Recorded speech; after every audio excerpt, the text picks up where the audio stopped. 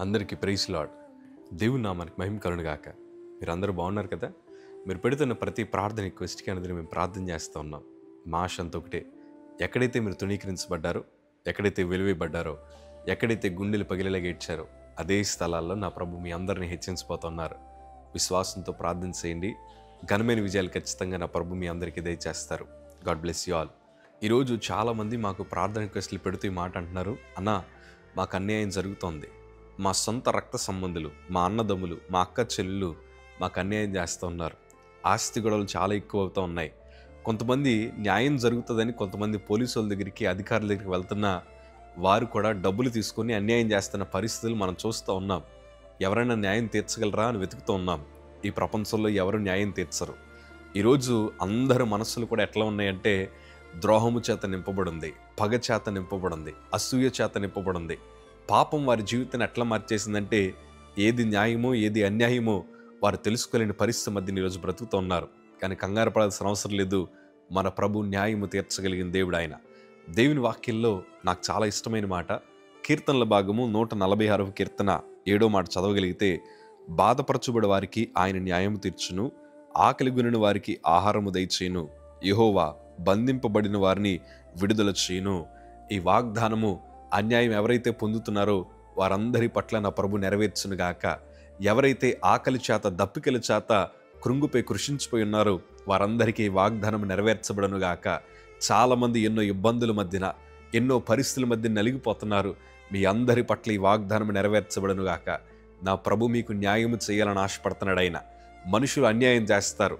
ఈరోజు కొంతమంది చూడండి, మనం అప్పు తీసుకున్న వారు కూడా ఎలా ఉన్నారో తెలుసా?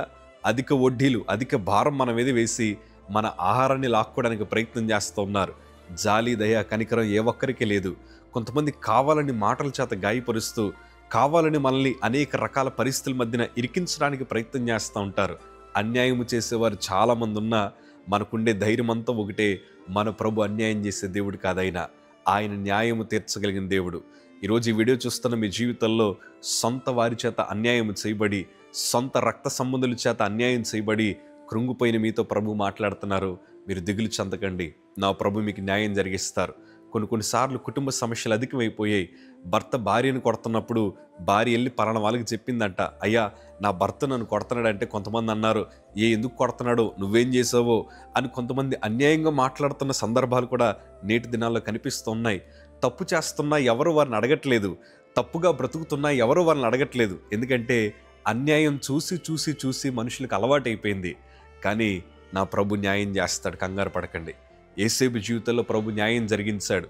ఎంతైతే శ్రమ అతడు అనుభవించాడో, ఎంతైతే అవమానం అతడు అనుభవించాడో దానికంటే రెట్టింపు ఘనతని ప్రభు ఇచ్చాడు.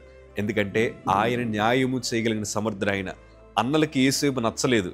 యేసేపు స్థానాన్ని వారి కుటుంబంలో తుడిచిపెట్టేయాలని చాలా కుట్రలు పన్ని యేసేపుని ఇంట్లోంచి బయటికి పంపించేశారు. అతని చరిత్ర అక్కడితో ముగించబడిందని వారి అన్నలు సంతోషపడి ఉండొచ్చేమో కానీ, ఆ పైనుండి చూస్తున్న దేవాది దేవుడు యేసేపుకి న్యాయం తీర్చాడు. అందుకే అంటున్నాడు కదా, మీరు నాకు హాని చేయి ఉద్దేశించారు కానీ వాటన్నిటినీ ప్రభు నాకు మేలుకరంగా మార్చాడు. ఈరోజు నా ప్రభు అలాంటి కృపను మీకు అనుగ్రహించబోతున్నారు. ఎంతైతే మిమ్మల్ని బాధ పెట్టారో, ఎంతైతే మిమ్మల్ని అవమానపరిచారో, ఎంతైతే మీ చేతిలో ఉండే ఆహారాన్ని లాక్కున్నారో, మీ ధనమును లాక్కున్నారో, మీ పొలమును లాక్కున్నారో, మిమ్మల్ని కన్నీరు కార్చేలాగా చేశారో, అదే స్థలాల్లో నా ప్రభు మిమ్మల్ని సమృద్ధి చేత నింపబోతున్నారు. ఈరోజు మేము ఇట్లా నిలబడ్డామంటే కారణం ఏంటి తెలుసా? ఎంతోమంది మమ్మల్ని అనగదొరక్కాలని, ఎంతోమంది మమ్మల్ని కిందకు లాగాలని, మా మీద వేలెత్తు చూపి లేనిపోని అబండాలన్నీ మా మీద వేశారు. వాటన్నిటిని తీసుకెళ్లి ప్రభు పాదాల దగ్గర పెట్టి ఒకే ఒక్క ప్రార్థన చేశాం, తండ్రి నువ్వు న్యాయం జరిగించగలిగిన దేవుడివయ్యా. దేవుడు మా ప్రార్థన విన్నాడు. ఈరోజు ప్రభు మమ్మల్ని నిలబెట్టారు. అదే విశ్వాసంతో అంటున్నాను, మీ జీవితాలు కూడా నా ప్రభు మార్చబోతున్నారు. మీ ఆకలి తీర్చబోతున్నారు. ఎలాంటి బంధకాల మధ్యనైతే మీరున్నారో అక్కడి నుండి నా ప్రభు మిమ్మల్ని విడిపించి సమృద్ధి చేత నా ప్రభు మిమ్మల్ని నింపబోతున్నారు. విశ్వాసంతో ఉండండి. ఏ విషయంలోనూ వెనుకడుగు వేయకండి. ధైర్యంగా ప్రభు వైపు చూసి పరిగెట్టండి చాలు. God bless you.